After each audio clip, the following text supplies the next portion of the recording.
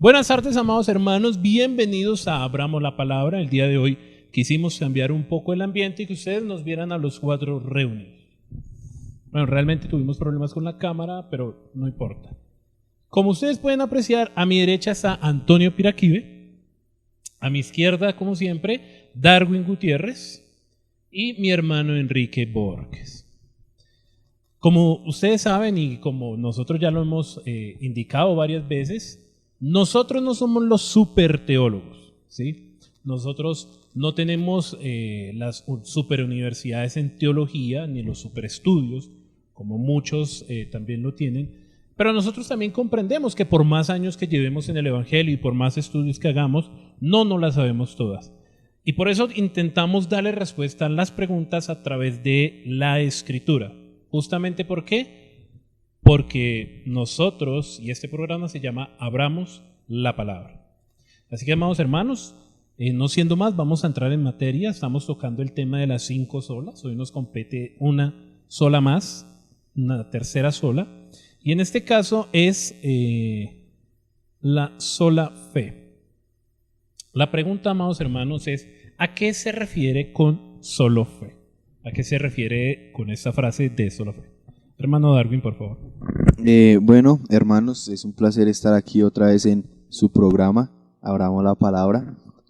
¿A qué nos referimos con sola fe? Bueno, sabemos que solo fe, la fe fue como el caballito o el caballo de batalla de Martín Lutero en la Reforma Protestante contra el catolicismo romano, quien vendía las indulgencias y todo esto, pero él empezó a ver la palabra en Romanos y se da cuenta de que la salvación es solo por medio de la fe. Entonces, ¿qué es la fe? ¿A qué nos referimos con la fe? Con sola fe. Nos referimos a que solamente nuestra confianza debe estar puesta en nuestro Dios, en su carácter, en su santidad, reconociendo que Él es poderoso para cumplir para cumplir la salvación que Él ha prometido dar a los que hemos creído en Él. Yo creo que vemos en el Antiguo Testamento vemos varios ejemplos, por lo menos Adán. Adán creyó en Dios cuando él en el huerto del Edén peca. Dios en Génesis 3:15 le da una promesa, el de la simiente prometida. ¿Y qué hace Adán? Adán cree en esa promesa y por eso es salvo. Dios tiene que cubrir su pecado y matando un animal, cubriendo su pecado, cubriendo sus cuerpos las pieles de los animales. Es una muestra también de que las obras, de que el esfuerzo humano no sirve de nada, porque anteriormente ellos se habían vestido con hojas de higuera, pero Dios tiene que matar un animal y asimismo cubrirlos con pieles. Entonces desde ahí se establece un pacto de obras, pero ellos lo creen y por eso es que son salvos. Por lo menos también vemos Caín y Abel. Abel creyó en el pacto que Dios había establecido. Abel llevó una ofrenda de sangre, llevó de los primogénitos de sus ovejas, mas Caín llevó lo que le pareció, llevó el fruto de la tierra. Entonces ahí podemos ver que siempre ha sido por medio de la fe, el hecho de creer que Dios es poderoso para cumplir sus promesas. También lo vemos en Noé, al que él también creyó a la hora de construir el arca. Pero también claramente lo vemos en Abraham. Abraham creyó que Dios era poderoso y su fe le fue contada por justicia. Entonces, hermanos, siempre nos referimos a solo fe al creer que Dios es soberano en la salvación y que nuestra confianza solamente debe ponerse en Dios, en que Él es grande y poderoso para cumplir sus promesas. Buenas tardes. Bueno, hermanos, pues, como ya lo había dicho antes, tiene un contexto. La palabra o la frase sola fe tiene un contexto. Esta nace, o sea, no nace, sino se descubre o se da a la luz en un contexto. El contexto era que en el año 1500, en el siglo XVI, ¿sí? En el siglo XVI se predicaba que la salvación usted la compraba. Juan Tetzel iba con una cajita y él decía, cuando el chelín que usted deposita acá toque el piso de esta bóveda, un alma sale del purgatorio y va al cielo. También vendían las indulgencias para poder entrar al cielo. Martín Lutero, por su parte, él llegó a odiar a Dios, porque él decía, ¿cómo yo puedo agradar a ese Dios? Una vez le preguntaron, ¿tú amas a Dios? Y él dijo, amar a Dios, yo odio a Dios. Él dijo literalmente eso, pero porque él no podía agradar a este Dios. Cuando él se hace monje, él se castigaba, se flagelaba para tratar de mitigar el pecado, o sea que él sabía que era pecador, él sabía que su destino era el infierno si no agradaba a este Dios. Pero a él le habían enseñado que por medio de las obras que hace el hombre, pues debía agradar a Dios.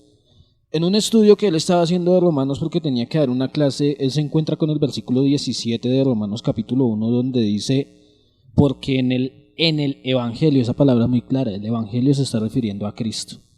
Porque en el Evangelio la justicia de Dios se revela por fe y para fe, como está escrito, el justo por la fe vivirá.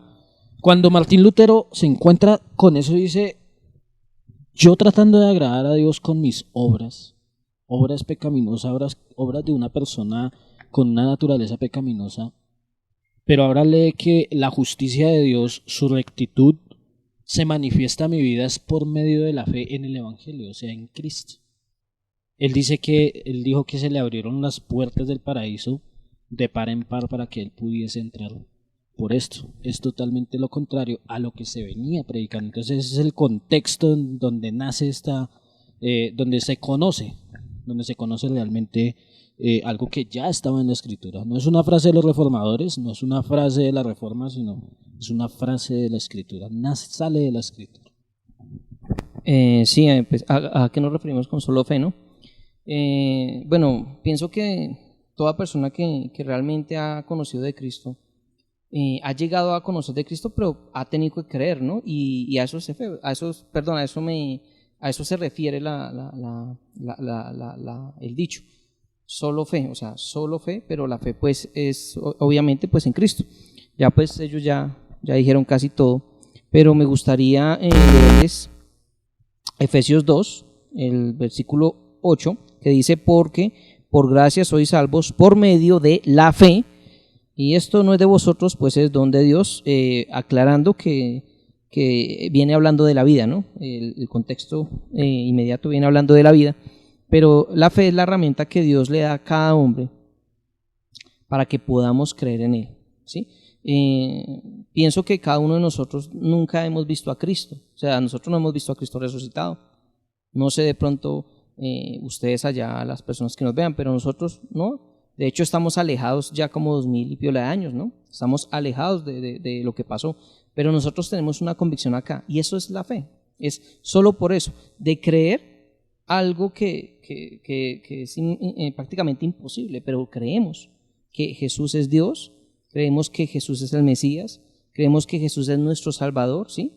Y que aunque Él es judío, sabemos de todo corazón de que lo estamos esperando, entonces estamos creyendo completamente en Él. Entonces es esa fe la que nos lleva a entender la gracia de Dios. Entonces a eso nos referimos con solo fe.